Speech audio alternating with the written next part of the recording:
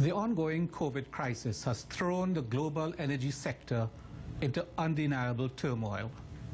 This presents countries such as Trinidad and Tobago with the challenge of addressing new levels of difficulty when it comes to a major driver of economic activity. Even before the onset of the pandemic, there were indications that significant reductions in revenue would emerge out of major shifts in energy markets around the world.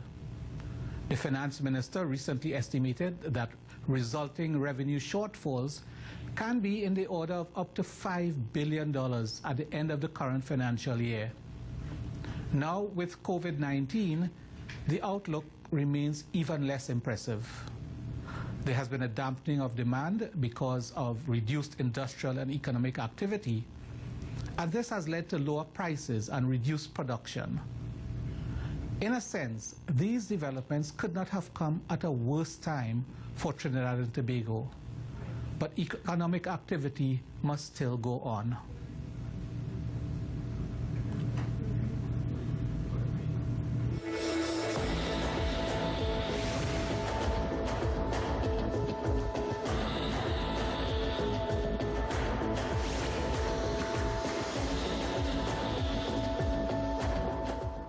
Good evening and welcome to Fueling the Economy in the midst of the COVID crisis.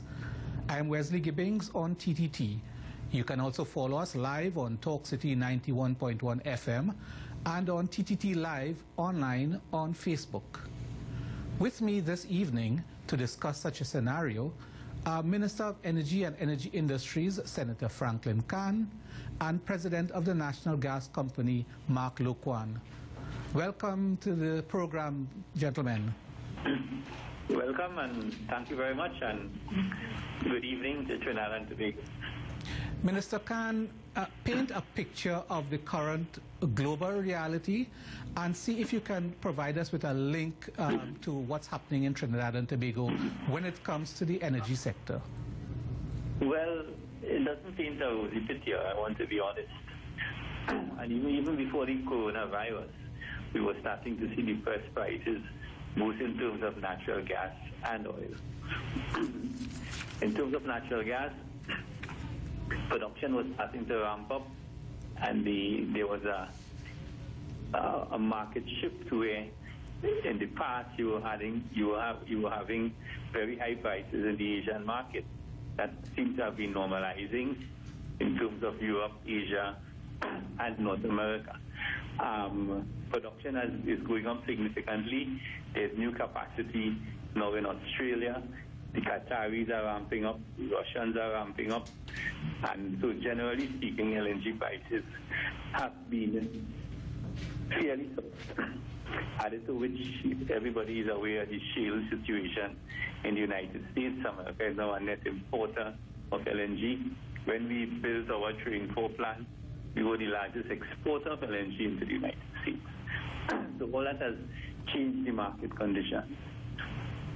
With regards to oil, there's the price war just before this corona hit, with the level of intensity it has between the Saudis and the Russians. We seem to have lost the minister there, but we have Mark Loquan, who is also on the line. And Mr. Loquan, and maybe we can ask Mr. Loquan to continue that conversation with respect to the impact of these global developments on the Trinidad and Tobago energy sector. The biggest impact, obviously, would be in terms of government revenue. I don't think we have reached the stage as yet where the producers and the upstream producers and the downstream producers are in a decision-making mode to see whether they want to stop operations. So we're far from that at this point in time. In any industry, any big company or international company, business model has to cater for periods of depressed oil prices and depressed commodity prices to stay in the business. So it is nothing unusual to go through this cyclic pricing scenario, which is like a sine curve. Yes, but Mr. Khan, the COVID-19... Truly low prices. Minister Khan, But COVID-19 has now intervened, and one of the outcomes of the crisis is the fact that there is a lowering of demand because of reduced economic activity in those countries affected, the big ones in particular. So how is that featuring in that whole dynamic you're describing there? Well, obviously it will have a negative effect because you need demand. You need energy demand. And if you don't have the demand, and in particular China, and look how it is affecting Europe. Europe is a manufacturing hub also. The United States hasn't cut back on its production capacity in any significant way, but definitely China, the East, and Europe. So it will have some lasting effects. As the Prime Minister keeps saying, we do not know how long this thing will last. But if you study the history of world economics in the last century or so, every time you have a depression or a recession, the pickup period is very intense. So you go from very, very low activity to a boom of activity. So it really is a bust and boom scenario. So depending on how long this depression or this low period lasts, what you could see happening in the future as to when would that be, whether it's 6 months, a year from now, you will expect the pickup to be quite intense. And then that will affect commodity prices again on the upward swing. But what kind of forecasting is being done? I've seen some forecasts by international agencies that are seeing a dramatic decline in growth estimates for the current year, and also with respect to the massive decline in financial fortunes that would take the world recession into territory that we have not been in a very, very long time over a sustained period. Well, I mean, those predictions are based on very, very limited data over an extremely short period of time. So while they seem to be, the trajectory seems to be accurate, I will still reserve my long-term comments on those. Because, for example, look, this afternoon Trump was saying, the Gulf of America could be back online by Easter. I mean, that is, I don't want to be politically incorrect, but that is a ridiculous statement. But having said so, America is planning for a very, very early recovery. China is now getting back to normalcy, for want of a better word. The epicenter is Europe. They say the next epicenter will be the United States. So there are still a lot of uncertainties, but bearing in mind, this period of corona, or COVID-19, is only about 2 months old. So we just have to monitor it on a day-to-day basis. And while we are concerned about the economic impact, as the Prime Minister rightfully says in Trinidad, and I think all countries, the biggest concern now is the health of the planet, the health of the human race. Yes, and of course, in order to sustain a certain quality of life for citizens, there would need to be a certain level of basic economic activity to carry the country forward. There is, of course, resort to the Heritage and Stabilization Fund, and I know that... Yeah, that is going to Parliament tomorrow. Yeah, that's going to go to Parliament, and... yeah, because as the Prime Minister said, it's a rainy day fund, and if ever there was a rainy day... Well, this is a stormy day. Yes, exactly. Now, you were talking about world prices a short while ago. Are you seeing a continued low price scenario? I mean, the low price scenarios set in before the current crisis and has increasingly become a feature of our reality. Are you seeing a continued scenario such as that? Well, I mean, oil today was down to WTI and Brent was in the 20s. I mean, I think once this COVID-19 thing settles down, I think it will bounce back up. We cannot have a world economy based on oil prices in the 20s. But having said that, the situation is so fluid. You cannot make long-term predictions at this point in time, because what we're seeing here is not prices responding to economic forces. This is almost like extraneous circumstances. You are dealing with an international health crisis that could, I mean, in the worst case, could cripple the human race and dispense of civilization as we know it. So all this economic talk could be useless. So what we have to do is control the virus. as a matter of course. And once you control the virus, the economy will bounce back. But at this point in time, to make these sort of economic predictions, to me, while it is necessary, it could turn out to be very futile. Now, and also, all of this is happening at a time of transition for the energy sector in Trinidad and Tobago. We are now getting used to life without a refinery, and we don't know what's going to come out of that. We are growing used to different realities with respect to LNG demand in the rest of the world, and the disappearance or reduction in the prospects for external markets. So it's not actually happening at a time when Trinidad and Tobago has been standing still. It has, in a sense, been preparing for a different dispensation. What are the things that are in place now that would comfort you that Trinidad and Tobago is in a situation that it can emerge out of this in a relatively good state? Well, just come from the oil side. I mean, in a very uncanny way, we were doing better without the refinery than with the refinery. Because Petrotrin was losing $2 billion a year. Heritage has made $800 million in its first year by the export of crude only.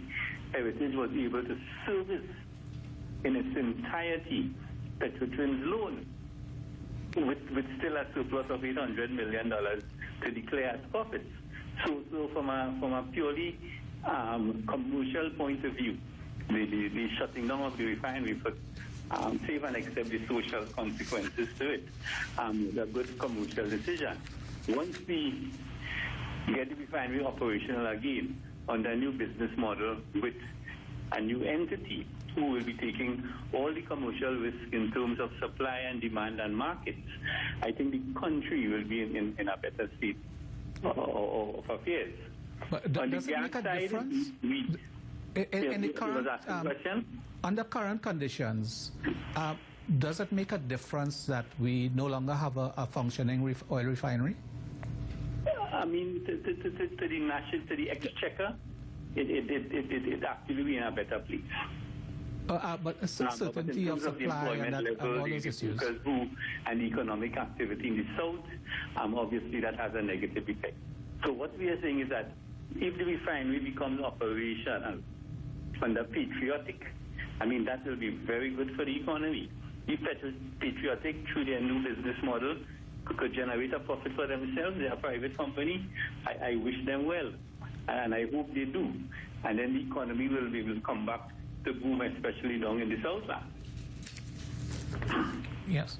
Okay. Now, recently, some issues that were brought to light by the Petroleum Dealers Cooperative Society Limited regarding essentially the lubricants market. Has that situation been resolved? No, I mean, I take serious umbrage to the Petroleum Dealers Cooperative Society Limited. They have influence over 3 gas stations, so there's absolutely no impact on the fuel supply. They have the monopoly for lubricants from NP. That contract expired, and NP has submitted to them a new contract. Now, if it was like certain terms in the contract, that is a commercial discussion between yourself and your supplier, between Petroleum Dealers Cooperative Society and NP. Why should that be aired out in the press? And then you want to hold the nation to ransom by saying you're shutting down in 3 stations because of the COVID situation. To me, that is untenable, it is uncouth, and it is unethical. But you think it's going to have an impact on the quality of the negotiations going forward? Well, I mean, as a minister, I do not involve myself in commercial negotiations between private entities. And even though they are state companies, they are by definition under the Companies Act private companies. So I let them go ahead with the commercial negotiation. But what I'm saying is in poor taste. And you could ask Mr. Loquan, a company in the gas value chain will never act in that way. Yeah, in fact, I was going to come to Mr. Loquan. I'm not sure if we have him on the line now, because there are very specific questions to be addressed with respect Oh, okay. We don't have Mr. Loquan on the line yet, but Minister, I'm sure that given the insights you have into what's happening there, the sort of repositioning or reframing of the role of NGC, all of this is happening is coinciding with those efforts by NGC to expand the range of services. I know that there were overtures with respect to Guyana, Ghana, and these things. How is the current situation impacting on that? Well, I mean, NGC has to get involved in the entire gas value chain. I think they have moved too late. They're under the directive of Corporation Seoul and the Minister of Energy of various administrations. NGC was set up initially to be a gas aggregator. You purchase gas at X, you sell it at X plus 2, and you make a profit. In the decades gone by, that profit was substantial. The dividends to the government were exorbitant in some cases, and very large in other cases, and reasonable in some cases. However, because of the changing dynamics of the gas value chain, NGC now has to rethink its business model. As a result of that, NGC has now invested over the last decade or so into upstream ventures because they have equity in some of the blocks upstream. They continue to be the gas aggregator. They have shareholding in Train 1 and Train 4, and they have the rights now under the new agreements that the government negotiated recently to market their own share of LNG. And obviously, they cannot stay in this geographic space as a company if they want a long-term future. So they are looking at Guyana, they are looking at Ghana, and the PPGPL, which is a subsidiary of NGC, recently acquired a company called Twin Eagles out of Houston in the liquid, the gas liquids market in the United States, Mexico, and the Northern Caribbean.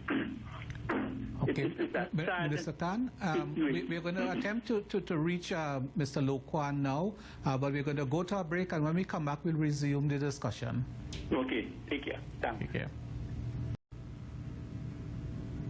Welcome back to Fueling the Economy in the midst of COVID-19. I'm Wesley Gibbings, and on the line, because we're discussing the energy sector, the impact of the pandemic on the energy sector, we have the Minister of Energy and Energy Industries, Senator Franklin Khan, and now we have President of the National Gas Company, Mr. Mark Loquan. Welcome, Mr. Loquan. Yes, good night, everyone. Great. Well, before we were able to link with you, the Minister and I were having a conversation about the impact of the world environment in the energy sector and its impact on Trinidad and Tobago. And we were dovetailing the discussion with a focus on the National Gas Company, Right. essentially saying that the NGC has been in the process of transition, preparing itself for a new kind of modus operandi. What is in place, and to what extent is the momentum set over the past months being impacted on by the current crisis? Well, I should probably rewind a little bit here because the NGC has had to focus on trying to secure business for the gas for the future operations of Trinidad and Tobago, because if you look back at 2015, 2016, a lot of the contracts were coming to an end. So in terms of securing the future, we've had a lot of activity around negotiating new gas supplies for the future in the upstream, and that would have started in 2017 and continued for 2 years, actually 3 years, up to completing of Shell contracts last year. And then we would have had in parallel several contracts to be negotiated downstream, which were expiring. So you would obviously have seen a lot of activity, first of all, in securing business for the future.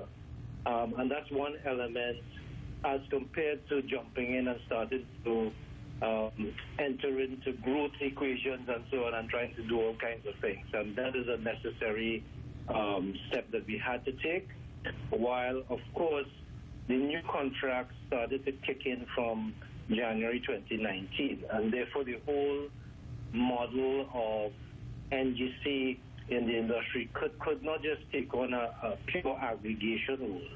When the prices of gas that you're buying on the market here from the upstream has risen significantly in pricing, and at the same time we are trying to maintain 11 ammonia plants, 7 methanol plants, power and everything, and trying to make sure that we can at least survive the coming period. So I'm talking right now before COVID and oil prices came along. That was the world that we had to face. And of course, even before those elements came in, it was clearly evident that if we have to continue to be a critical part of the energy industry, you had to look beyond the pure buying and selling of gas and transportation of gas. And that's why, based on what the minister said, there have been investments across the entire value chain, ranging from, TSP and Block 1A, 2C, and 3A, and so on, SECC. So we have been positioning ourselves across from the upstream side of the business, as well as the midstream, where we, of course, have the 10% share in Train 1 and 11.1 in the Train 4. There have been conversations going on for the past couple of years in terms of looking at value across the LNG chain, which would have been done in tandem, of course, and led by the government of Trinidad and Tobago. And at the same time, we are also positioned in the downstream through methanol at the moment, and we are also participating more and more in the LNG marketing and trading and third-party trading that we never really used. We used to do it, but of course it has grown significantly and will continue to grow. So in terms of the question of positioning for the future, it really has been establishing a role that continues to be one of aggregation, but certainly one that is more focused towards generating value for Trinidad and Tobago across the entire gas value chain. And at the same time, trying to secure the business for the future with several expired contracts that have been coming to an end, with a lot of negotiations in those areas. And also negotiations around Train 1, which has also been, that expired in September 2018 and continued on arrangements up to now. So there's been a lot of conversations around Train 1 as well. So I think the answer to the question is that we cannot remain as a pure aggregation business and hope to survive when the margins that you have in the aggregation business are significantly different, much lower, and so therefore you have to position across the chain. And if you look at some of the players in this business, like the BPs and Shells and so on, that's exactly how they are also positioned. They are positioned as integrated gas players. Minister, in order to facilitate this expanded role and across the value chain, the energy value chain, there would need to be a sort of policy environment and an environment that would be conducive to these kinds of actions by NGC. What are the support systems via policy, via legislation, or whatever else is required to have a conducive environment? What is the current state of play? Well, when it comes to the whole issue of the role of NGC, that was certainly one of the big questions that I faced coming into the job in 2016. Where there was a question around what role do we play given the changes in the environment, and I think part of the policy that was clearly articulated by the government is that NGC remains as an aggregator in the business. What I'm enunciating here is that apart from that, the the policy of where you want to position yourself to derive value in the LNG chain has also been part of the discussions over the last 2 years. And you would have seen articles and announcements around how the shareholders and the government would have been in discussions around establishing increased equity LNG across train 1 to 4, for example. There would have been policies around that. Yes. There would have been policies around the whole areas of power and how energy efficiency can come to bear and play a greater role going forward. And I think those are some of the big ticket areas, how we handle power in terms of power tranches being borne, and the burden not only being borne by the people of Trinidad and Tobago, but across a wider group, including the upstream players, as well as the whole focus on the use of power and energy efficiency and renewables and things like that would have important bearings going forward. Okay, but Mr. Loquan, you've answered a question that was actually put to the minister. So I want to give the minister the opportunity to chime in now on this question of the policy and legislative framework and other features of an environment that's conducive to an expanded role for the NGC across the value chain. Minister? Well, as I said earlier, there will be no legislative solution to the issues that NGC takes. NGC is a business and they have to operate under a business environment. NGC has been successful in remodeling the business strategy and in the business scenario. NGC, as Mark rightly said a while ago, can no longer to continue to be in the aggregation business. That served them well for decades, but they now have to look at the entire value chain. They have equity upstream, they have equity in the Novos gas in the Gulf of Paria, they have equity in Atlantic, in trains 1 and train 4, and the government is working within the negotiation. There's something called the Empowered Negotiation Team, which is dealing with the restructuring of Atlantic, which is co-chaired by myself and Mr. Young, and we are working to get increased equity for LNG in the restructured Atlantic scenario. So all in all, NGC, while it faces challenges both domestically and globally, I think their new business model and their new business strategy will take them along the right trajectory. And once this whole volatile market situation settles, both in terms of supply and demand, the world economy and COVID-19 in particular, I see a bright future for LNG's new business model. So, Minister, of the continued role of Point Lisas in all of this, how do you see Point Lisas featuring in the near future? Again, you cannot get into a business and hope that the business environment will remain unchanged for decades. When we got into Point Lisas was the flagship industrial estate in the world. It was the single largest producer of both ammonia and methanol from a single site anywhere in the world. That was premised on cheap gas, abundant gas, and incentives for the sector.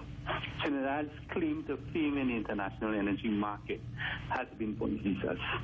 The business dynamics of the viability of Point Lisas has changed in 2 counts. One, the cost of gas internally in Trinidad and Tobago has gotten more expensive because we are no longer finding big fields, we are finding small fields, and small fields per unit cost to develop is much higher. So the upstreamers made a case, and a viable case that is, that they needed higher prices for their gas.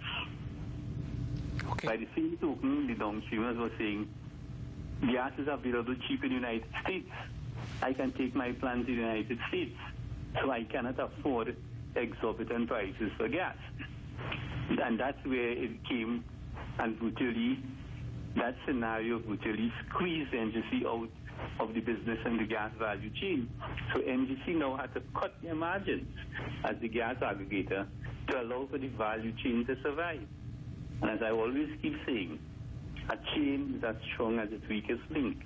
So from now on, Trinidad and Tobago's government policy is that any form of negotiation, be it upstream, midstream, or downstream, has to take place in the context of maintaining the gas value chain as a robust entity and a viable entity.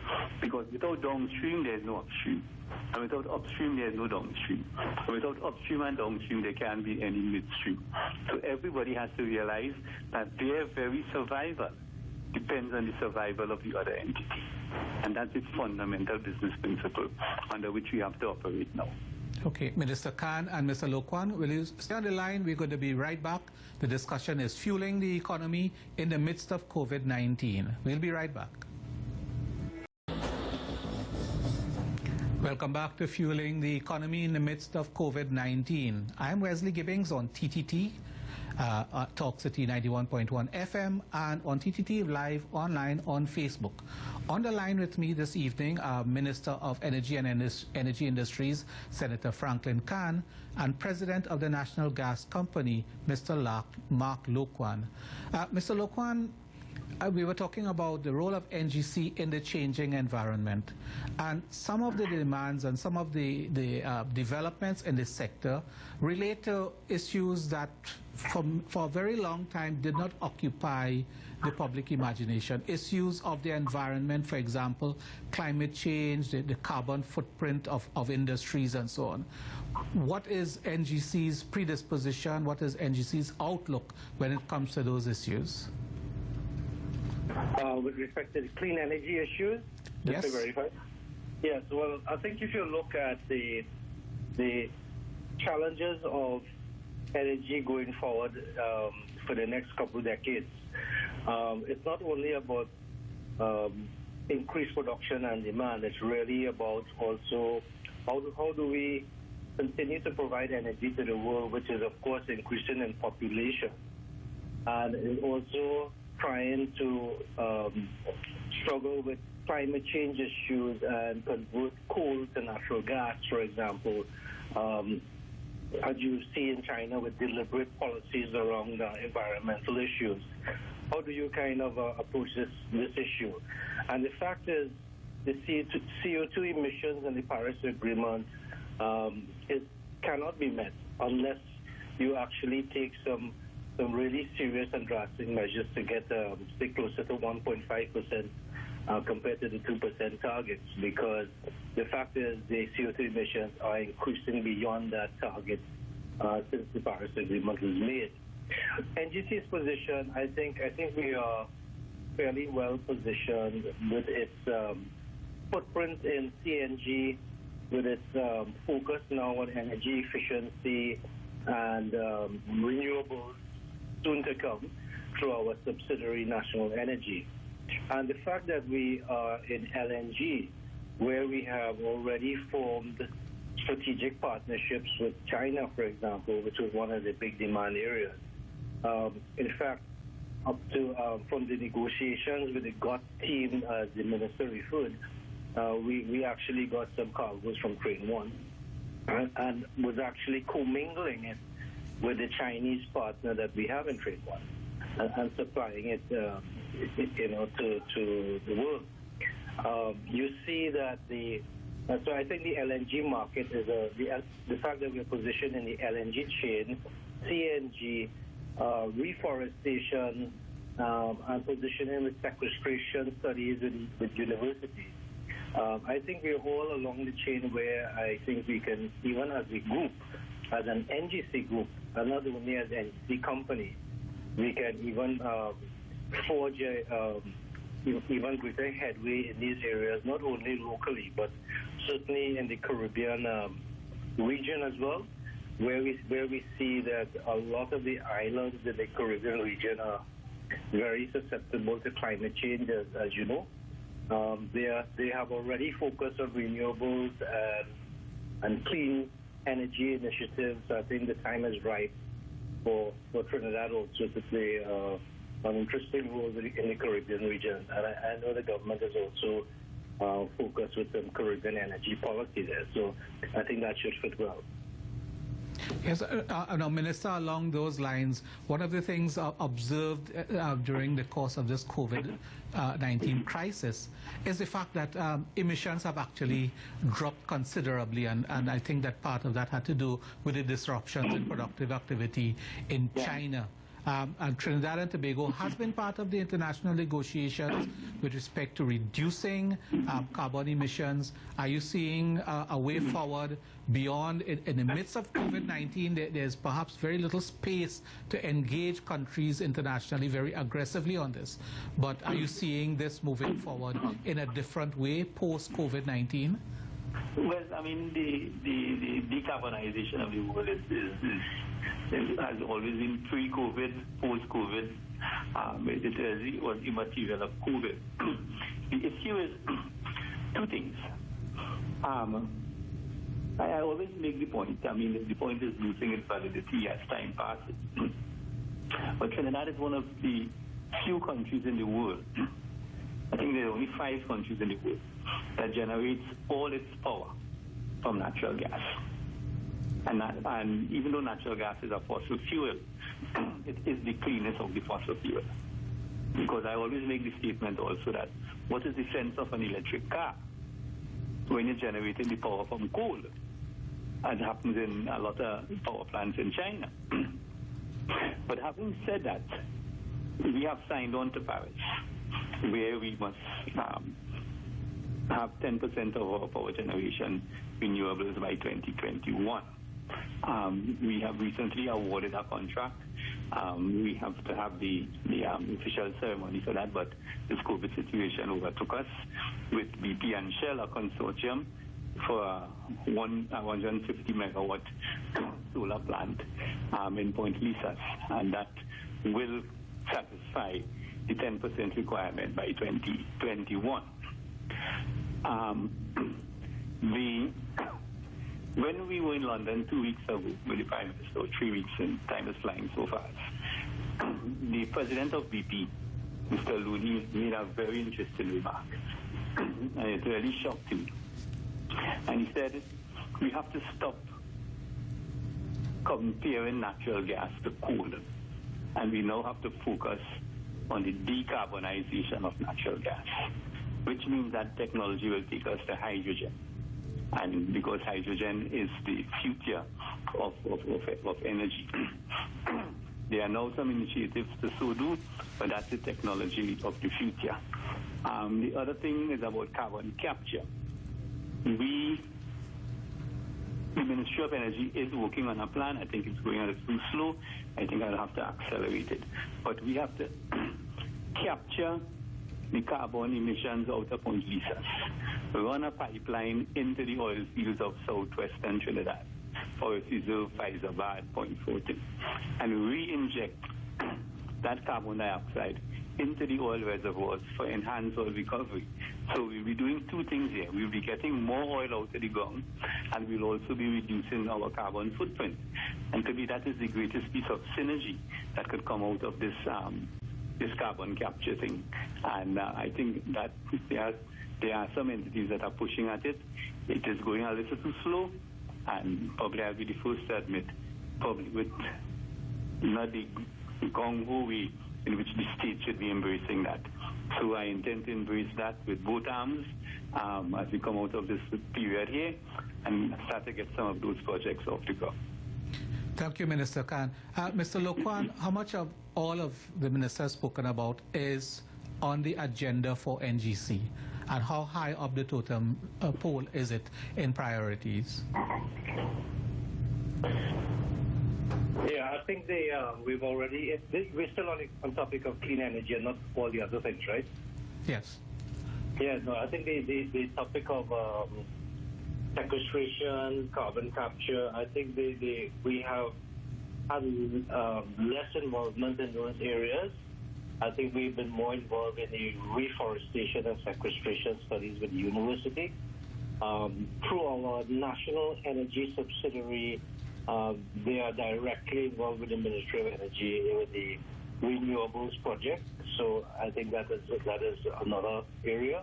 And then the whole topic of energy efficiency, where we've been working with the Ministry of Public Utilities, those are the areas that both the National Energy and NGC has been part of the Cabinet appointed committee to effect some changes there that would focus a lot more on energy efficiency issues as well as renewables. And then, of course, the CNG issue where we have, several, a big focus on replacing the existing fossil fuel vehicles that are in the market with CNG vehicles. But it looks as if the CNG project would need a little new momentum or renewed momentum. Well, I would let Curtis Mohammed, the president of CNG, speak more about these issues. But you would see that there's been a lot of focus on that. I think quite recently you would have seen us pass 1 million liters per gallon equivalent on CNG. It's still early because there's still a lot of vehicles, limited conversion that used to take place in the past, and now it's like, it's close to like 200 a month. So I think it's picked up quite a lot, and then I think the president of NGC CNG can say more about the new stations coming on stream and so on. So I think there's quite a lot of work going on there. Thank you very much, Loquan, the president of the National Gas Company. Minister, some final comments. What are your words of encouragement to the national community? Well, we have been, from an energy perspective, we have been in this business for over a century. We have been in the good times, we've been in the bad times, we've been in the in-between times. I see this as just another challenge. On the face of it, it looks as if it's one of the gravest challenges that society will be facing for the longest while. But I think the resilience of the species, the resilience of humans, the resilience of civilization will overcome it. From a purely economic perspective, it will have depressed energy prices for a while. As to how long that would be, it is still uncertain. Okay, thank you very much, Senator Franklin Khan, the Minister of Energy and Energy Industries. We also had on the line earlier Mr. Mark Loquan, who is president of the National Gas Company. We're going to go to a very quick break, and we'll be right back with a report